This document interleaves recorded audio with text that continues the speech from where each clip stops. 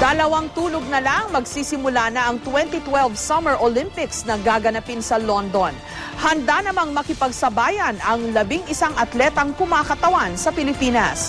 Ito ang pinakamaliit na grupong ipinadala ng Pilipinas sa kasaysayan ng pagsali natin sa Olympics. Kilalanin natin sila sa report ni Isay Reyes.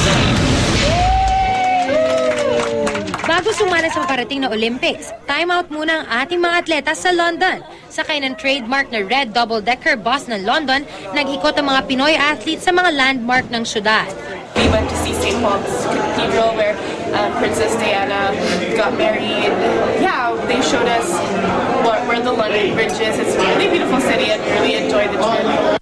Matapos masyal, malugod naman silang tinanggap sa isang cocktail reception sa Embahada ng Pilipinas. Ngayong taon, 11 Pinoy lang ang nag-qualify na makasama sa Olympics. To qualify in the Olympics is really very, very hard.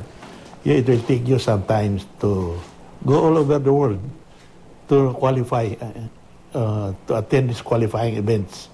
Contest yan, you have to attend tournaments, you know. It is a tournament by itself. Kailangan talunin mo sila.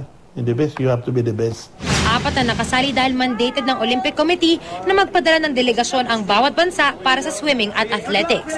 Gaya ni na Jessie King Lacuna at Jasmine Alcadi para sa swimming. At Maristela Torres at Rene Herrera para naman sa athletics. 7 naman sa kanila nakapasok matapos manalo sa mga sinalihang qualifying events sa iba't ibang bansa. Para sa shooting, si Paul Brian Rosario. Sa judo, si Tomohiko Hoshina. Sa weightlifting, si Heidelin Diaz. Sa cycling, si Daniel Kaluwag. At sa archery, si Rachel Ann Cabral at Mark Javier. Si Mark Anthony Bariga ang nag-iisang kalahok natin para sa boxing, sa kabila ng pagiging tanyag ng Pilipinas pagdating sa pagkakaroon ng magagaling na boksingero. Paliwanag ng isang sports analyst, sa hirap ng buhay, sa hirap ng boksingero, binubugbog sila, pagod sila, pamilya nila mahirap. Gusto nila na hanap buhay, gawing hanap buhay ang boxing. And how will they do it? They will do it by being a professional boxer. Sa amateur kasi, kailangan mo talagang ibuhos yung sarili mo. Ialay mo yung sarili mo sa bansa without thinking of your family, without thinking for yourself, without thinking for the comfort, your future. Wala na. Kalimutan mo lahat kasi mahirap ang amateur.